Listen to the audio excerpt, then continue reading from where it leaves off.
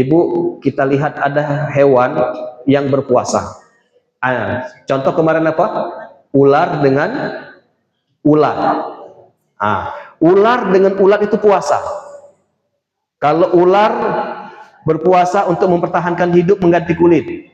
Kalau ulat puasa untuk merubah dirinya jadi lebih baik. Perhatikan, ulat itu puasa jadi kepompong, proses metamorfosis namanya.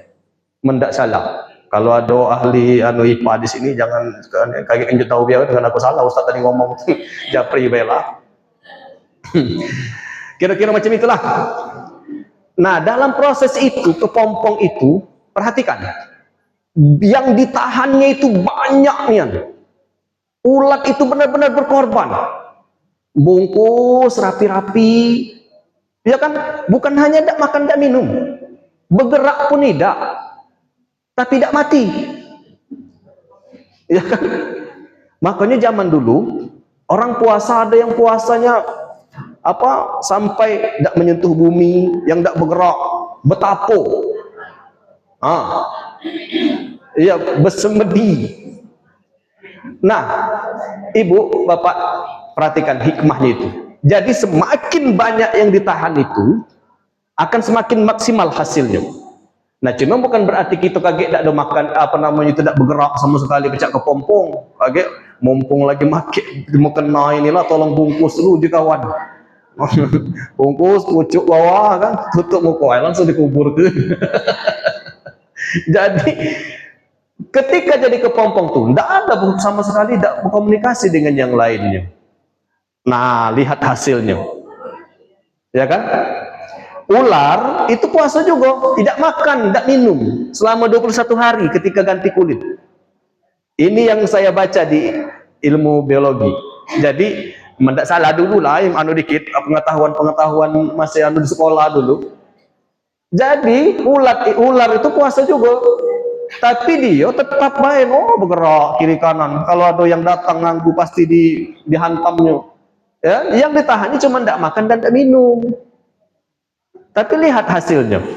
Kita lihat hasil sekarang. Kalau ulat tadi hasilnya yang tadi berjalan merayap setelah berubah jadi kupu-kupu terbang.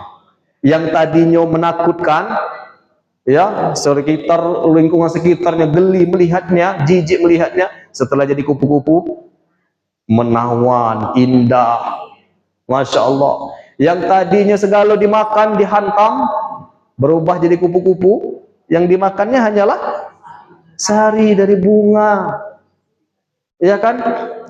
Tadinya memberikan kerusakan, kemudaratan, setelah jadi kupu-kupu memberikan manfaat. Bagaimana contohnya apa? Proses pembuahan itu adalah hasil dari kerja kupu-kupu salah satunya. Berarti memberikan manfaat. Tapi lihatlah yang ditahannya tadi. Kalau dia seperti ular, perhatikan ular. Ketika tadi sebelum puasa berjalannya merayap. Setelah puasa berjalannya berubah tidak? Berjalan tidak? Tidak. Ya, mana nak berjalan Ustaz, dah kaki kakinya. Ya. Ya Allah, memang jangan dinjuk kaki. Kalau kena manja dinjuk kaki Allah itu. Ya. Langigit, melik, nerajang pula. Kalau cak lontong, ular jangan dinjuk kaki. Menunjuk kaki gigit. Iya, aduh lo lewat kamu tunjuk kaki macam ni gigit. Ular, nah mati mic-nya. Ustaz lah kena tegur ini. Ya.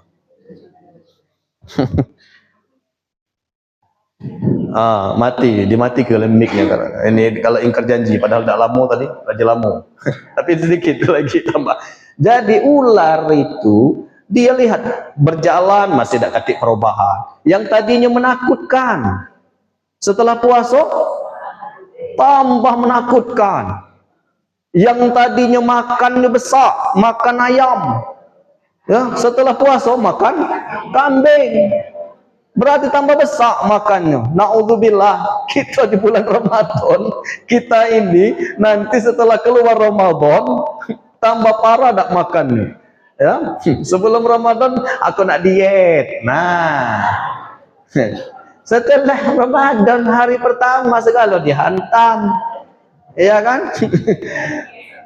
Iya, ada yang nak diet, siang makan ini pertahan tak makan, malam beladas.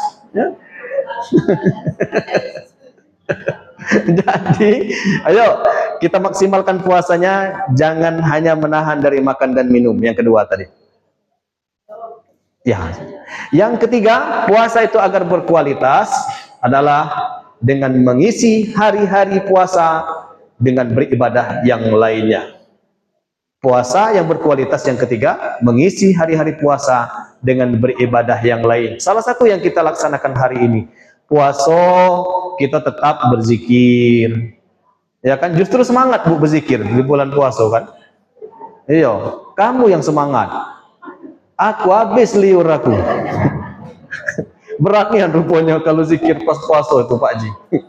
Cuman demi ibu-ibuku, kaya. Tapi benar, semangat ibadah ini insya Allah kita jaga. Tak kati istilah capek ataupun lesu itu tidak ada. Baca Quran masih tetap kuat, ini Ustazah Naya tadi. Walaupun seumuran beliau masih semangat. Ibu-ibu datang dari jauh-jauh, masya Allah, semangat. Kenapa? Karena kita nak beribadah, isi ibadah ini dengan kegiatan-kegiatan yang lain. Nanti sholat tasbih, ya, sampailah jam 12 lagi kita sholat tasbih. Siap Bu ya? Cuma insya Allah sekitar 10 menit lah nanti sholat tasbihnya. Kalau udah tahan pakai kursi baik. Ibu tadi apa namanya saya lupa kemarin, siapkan itu Ustaz Fardi minta tolong ada kursi nanti untuk apa Ibu Zuriati yang tidak bisa sanggup lama pakai kursi, ada kursi Bu ya. Nah, jadi kita isi kegiatan kita, ibadah kita, puasa kita dengan ibadah-ibadah yang lainnya. Tidak ada alasan puasa bermalas-malasan. Ya, jangan tidur baik puasa. Pagi jam 7 habis subuh tidur. Kapan bangun jam 8, masa lama nih yang tidur lagi. Terbangun lagi jam 10, masa lama mulu. Ya. Nah, barang siapa yang puasanya tidur, kemudian bangun, lalu tidur lagi, lalu bangun lagi, lalu tidur lagi, maka ketahuilah itulah Mbak Surip ya. Masih ingat puasa yang berkualitas tadi ada 3 supaya berkualitas. Pertama, tancapkan niat tulus karena Allah. Yang kedua, berpuasa bukan hanya dari makan dan minum saja. Yang ketiga, mengisi hari puasa itu dengan ibadah-ibadah yang lainnya. Ya, hari ini kita isi puasa kita dengan ibadah. Setelah zikir kita melaksanakan sholat tasbih. Nah, sholat tasbih ini ada yang sudah melaksanakan, yang pernah Bu ya. Kita hari ini selain belajar ibadah pertamanya, kemudian kita belajar, nanti dilaksanakan sendiri. Sholat tasbih itu tidak dilakukan berjamaah ya. Jadi sholat yang berjamaah itu diingat aja Bu ya, sholat yang dilakukan berjamaah itu sebenarnya ya, selain sholat tarawih, itu pun tarawih itu juga sebenarnya tidak diharuskan untuk berjamaah ya kan. Nah, yang berjamaah, sholat sunnah-sunnah yang berjamaah itu adalah sholat yang ada khutbahnya. Apa itu? Idul Fitri atau Idul Adha, sholat istisqa, ya kan? Sholat gerhana dan sholat yang lain. Itu yang sholat yang dilakukan secara berjamaah. Sholat sunnah yang dilakukan berjamaah. Kalau khutbah Jumat, sholat wajib, ya kan? Nah, saya kira itu ini untuk supaya kita siap melaksanakan. Yang mau wudhu dulu silakan Ibu, tidak apa-apa. Yang mau wudhu, yang sudah batal atau yang ragu-ragu, silakan berwudhu sebelum kita melaksanakan sholat tasbih. Nah, nanti sholatnya saya dengan bapak-bapak di depan ini tetap seperti sop rapi, tapi bukan berjamaah. Kami ulangi, bukan berjamaah, hanya membimbing bersama-sama, dan juga tidak boleh dijahar tidak dikeluarkan suaranya karena siang hari kan. Jadi kami nanti akan memberikan kode-kode saja. Nah, tapi di awal ini kita review atau sedikit belajar sama-sama tentang bagaimana pelaksanaannya. Salat tasbih itu disebut salat tasbih kenapa? Karena di dalamnya terdapat banyak tasbih. Sebanyak berapa kali? 300 kali. Ya. 300. Dan berapa rakaat? 4 rakaat. Dibagi menjadi 2 rakaat, 2 rakaat. Ada pendapat yang menyebutkan langsung 4 rakaat, tapi kami mengambil yang masna-masna. Karena salat sunnah itu 2 rakaat, 2 rakaat. Itu yang kita ambil dari pelajaran fikih kita. Nah, Ibu nanti 2 rakaat pertama niatnya bagaimana?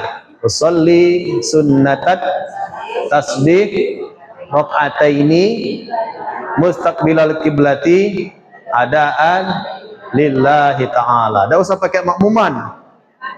Ya. Kan tak jadi makmum. Ya.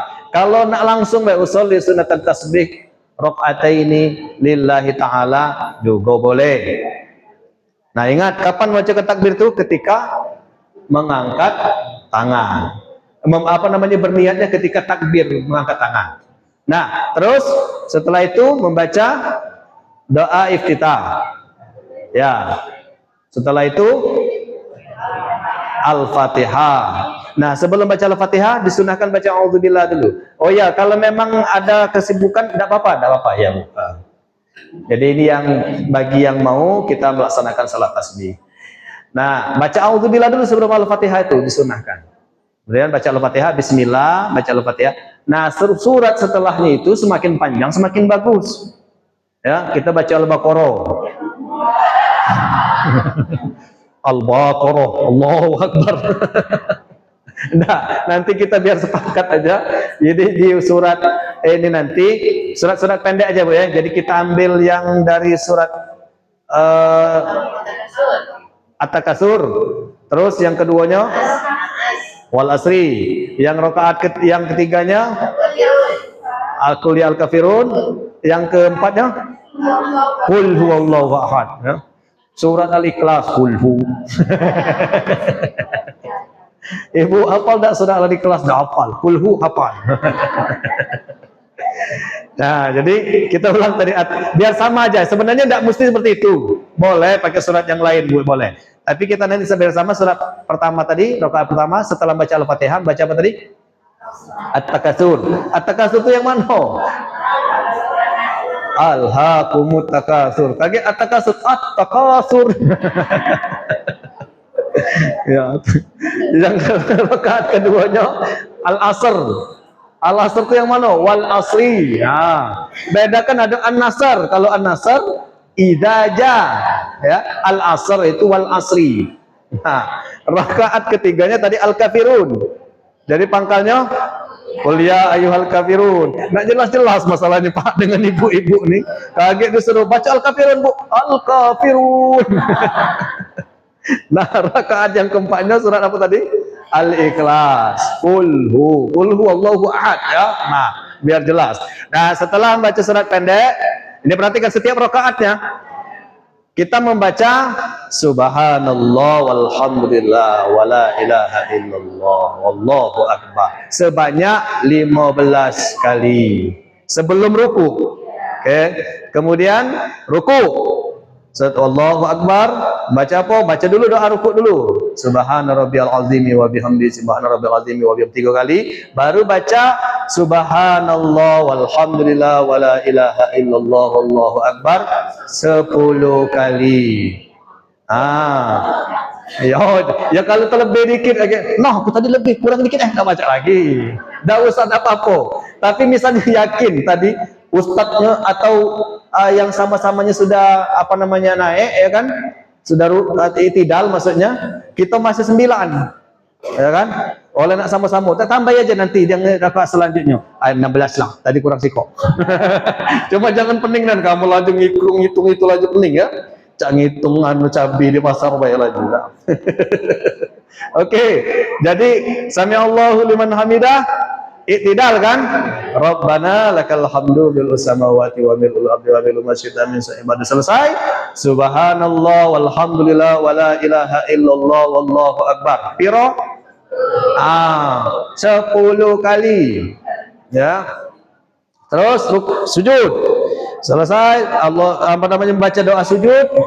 Setelah itu membaca tadi